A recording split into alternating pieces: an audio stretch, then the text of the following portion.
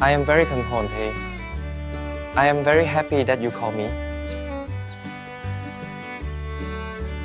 I just think it's important to be honest with each other. I agree. Communication is key. I think that's why they want to do that. And the first time I heard that, it was like, oh, that's interesting.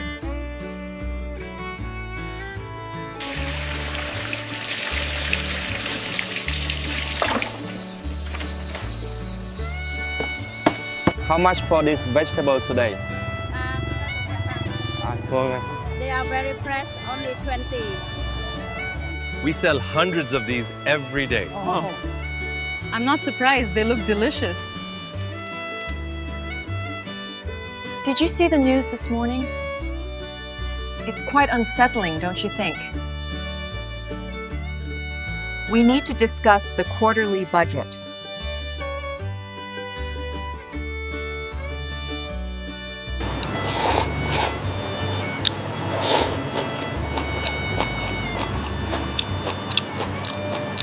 We need to move these materials to the other side of the site. Okay, I can take some in my basket now. We need to move these materials to the other side of the site. Okay, I can take some in my basket now. It's good that we're both here together. The house was filled with tension. The elder brother sat I at the know, wooden it's table, been so long. his voice sharp and full of anger. He accused his younger brother of wasting money, of playing with motorbikes, of refusing to help with work. The younger brother's face turned red, his fists clenched, and he shouted back.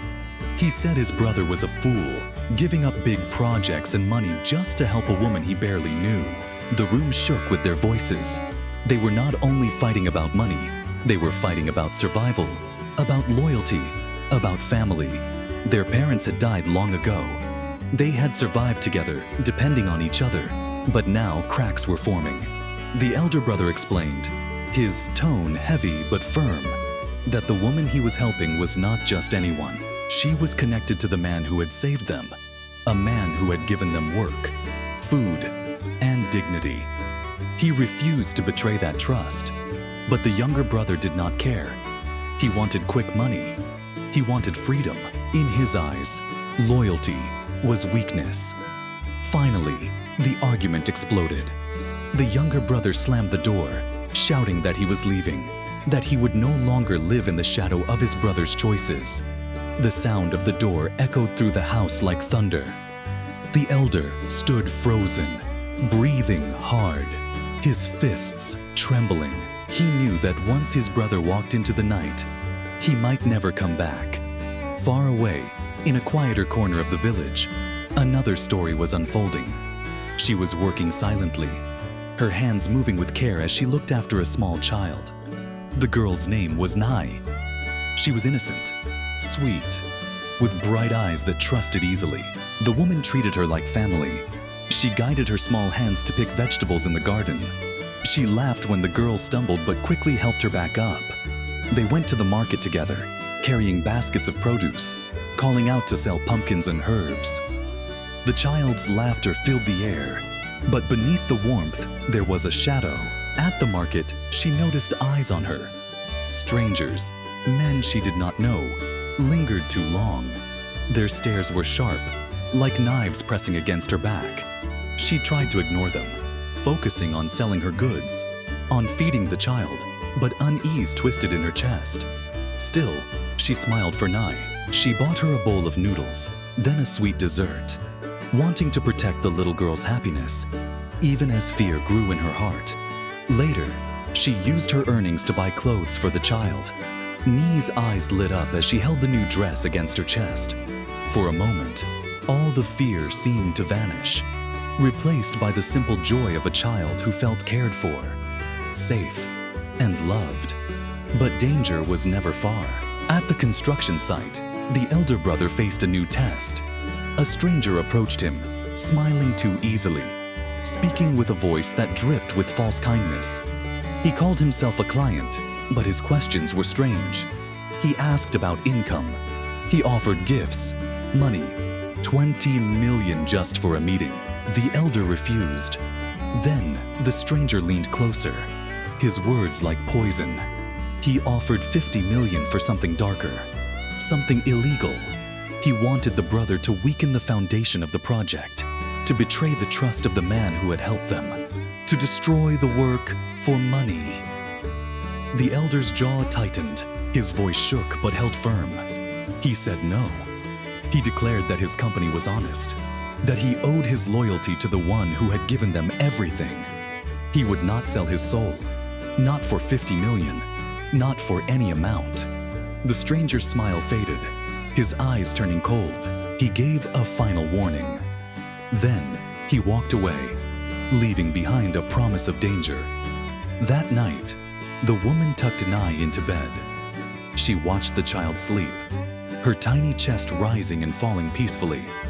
She whispered a promise to protect her, no matter the cost. But outside, in the darkness, footsteps lingered. The storm was only beginning, and none of them knew how heavy the price of loyalty would soon become. The morning came with heavy clouds, pressing low against the village roofs.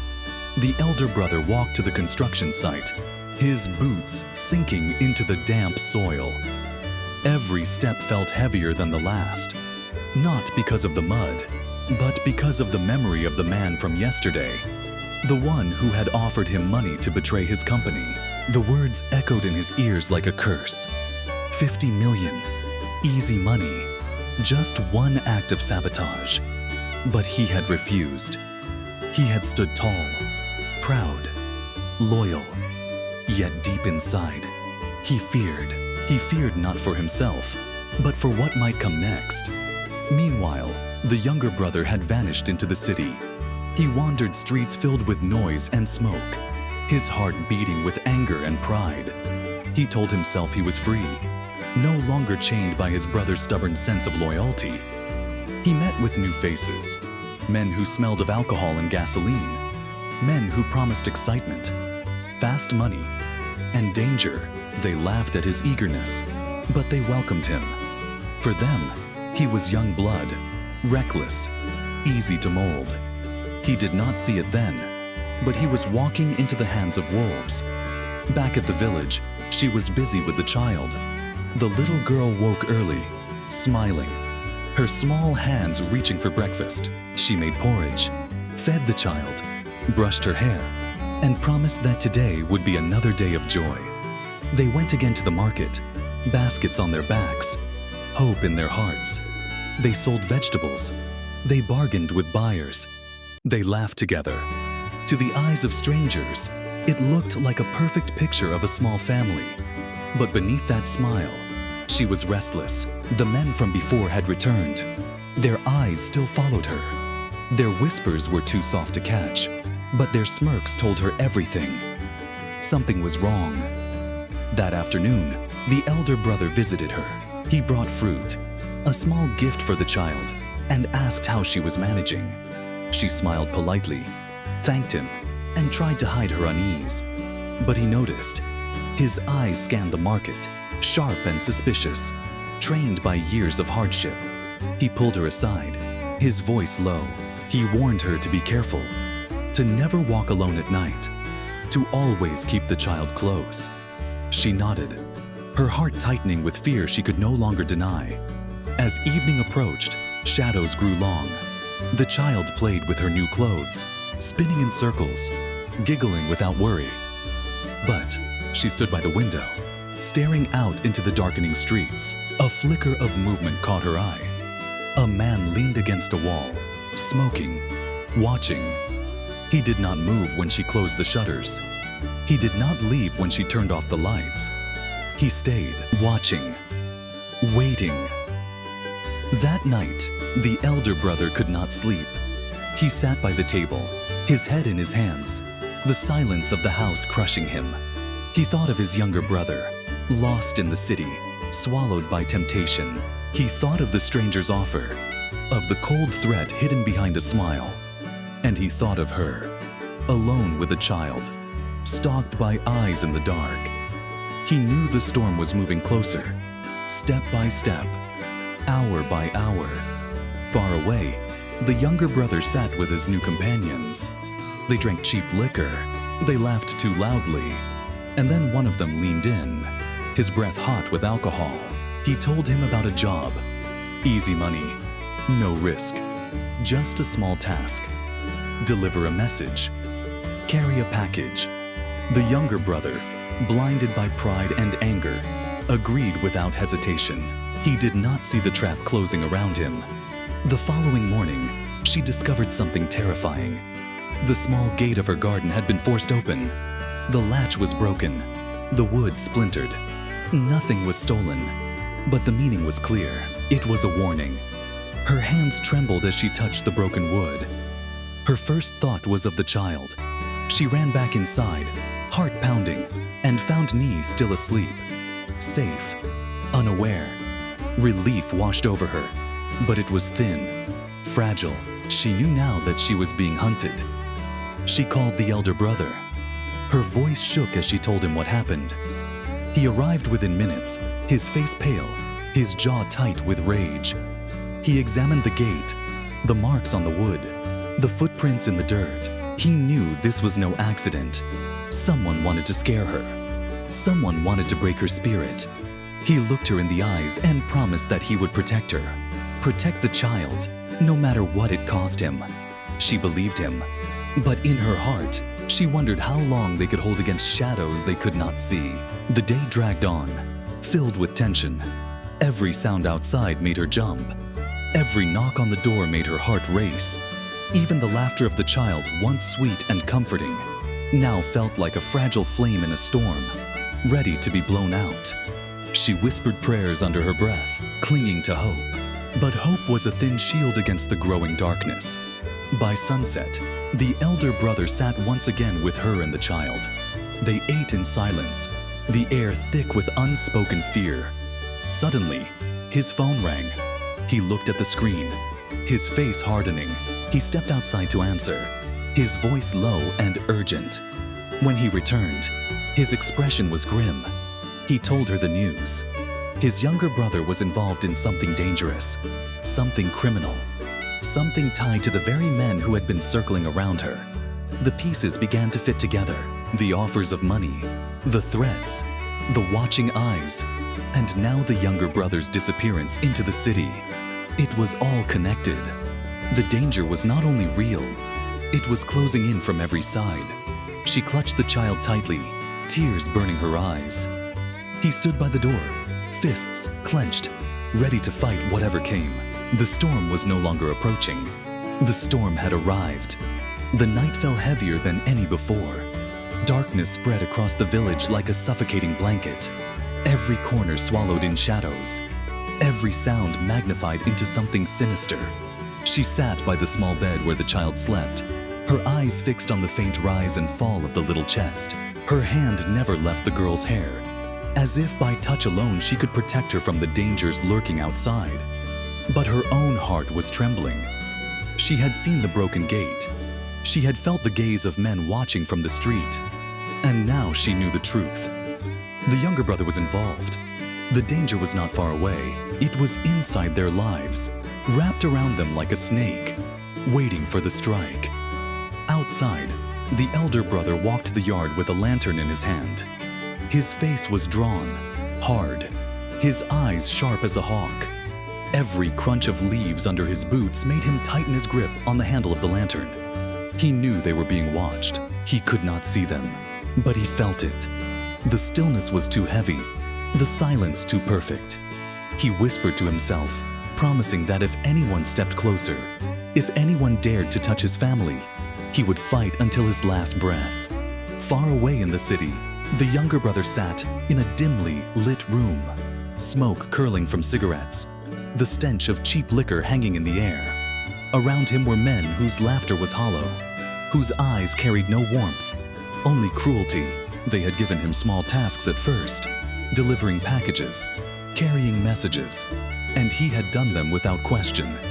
Tonight was different. Tonight they placed a thick envelope in front of him. Inside was money, more than he had ever held in his hands. The man across the table leaned closer, his voice cold. They wanted him to do more, to prove his loyalty. His task was simple, but deadly. He was to return to his brother, to the village, and deliver a warning. Break the man's will, or break the woman's home. He hesitated, his chest tightening with doubt, but pride and anger clouded his judgment. He convinced himself this was survival. This was freedom. He took the money. Without realizing, he had signed his soul away. Back in the village, the elder brother heard a noise near the fence. He rushed forward, the lantern shaking in his hand. The beam of light caught movement. A shadow slipped away into the trees. He chased, his blood boiling, but the figure vanished into the night. When he returned, he found something left behind at the gate. A piece of cloth, torn, with a mark sprayed in red paint. It was not random. It was a symbol, a threat. He clenched the fabric in his fist, fury burning his veins. She saw his face when he walked in, pale yet fierce. And she knew the storm was closer than ever. They sat together, whispering in the dim light. She begged him to go to the police, to seek help, but he shook his head. He knew how these men worked. They were shadows. By the time the police arrived, it would be too late. They had to endure, to fight, to protect the child at all costs. The following morning, the market felt different. The noise of bargaining and laughter was still there, but to her it was muted, like a veil of normalcy, hiding a darker truth. She walked with the child, her smile forced, her eyes scanning every face. Then she saw him, standing by the fruit stall, pretending to browse, but his eyes locked on her. It was the younger brother. Her heart froze. His clothes were different, his face harder, older in just a few days. He looked at her, then at the child, and in that gaze she saw a war raging inside him. He wanted to speak, but he turned away, disappearing into the crowd. She rushed back to the elder brother, breathless, trembling, and told him what she saw. His jaw tightened, his fists clenched. He knew what it meant. The younger brother was no longer just lost. He was being used, manipulated, turned into a weapon against them. That night, the attacks escalated. Stones were thrown at the window, shattering glass. The sound of footsteps surrounded the house. She screamed, clutching the child, while the elder brother grabbed a stick and rushed out into the yard. Figures melted in and out of the shadows, taunting, laughing. They did not strike directly. Not yet. They wanted fear. They wanted to break them before breaking the door. He stood tall, shouting into the darkness, daring them to come closer. None did, but the laughter lingered long after the night grew quiet again. Inside, she sobbed quietly, holding the child so tight the girl whimpered. He returned, his hands shaking, his breath heavy. They both knew this was just the beginning. The real storm had not yet arrived. Meanwhile, in the city, the younger brother was being praised. They told him he had done well. That fear was a stronger weapon than violence. They gave him more money, promised him more power, more respect, but deep inside, guilt gnawed at him. He remembered the child's innocent eyes, the fear in her aunt's face. He could not erase it. Every coin in his pocket felt like blood. Days passed in fear. The elder brother barely slept, guarding the house through long nights, while she struggled to keep the child calm, to protect her from the terror pressing in from outside. Every knock at the door, every gust of wind through the broken window made them jump. They were prisoners in their own home. And then came the breaking point. One evening, as the sun sank low and the world was painted in red, the younger brother returned again. But this time, he did not come in the shadows. He walked straight to the house, his steps heavy, his eyes burning with conflict. She froze when she saw him at the door. The elder brother moved forward, standing between them, his face cold and furious. The younger one spoke, his voice rough, broken. He told them to leave, to take the child and run. The men he worked with were planning something worse, something final. If they stayed, there would be no tomorrow. The elder brother grabbed his collar, demanding answers, rage and betrayal mixing with fear. The younger one fell to his knees, tears in his eyes, admitting what he had done, confessing his weakness, his pride, his foolish choices, she stood in shock, clutching the child, unable to process the storm of emotions. But before forgiveness could even be spoken, before anger could fade, the sound of engines roared outside. Lights flashed. Men approached. The storm had arrived at their doorstep. The elder brother turned to his family, his face set like stone. He told them to hide, to stay silent, to hold on to hope. Then he stepped out into the night, alone, ready to face the darkness that had been hunting them.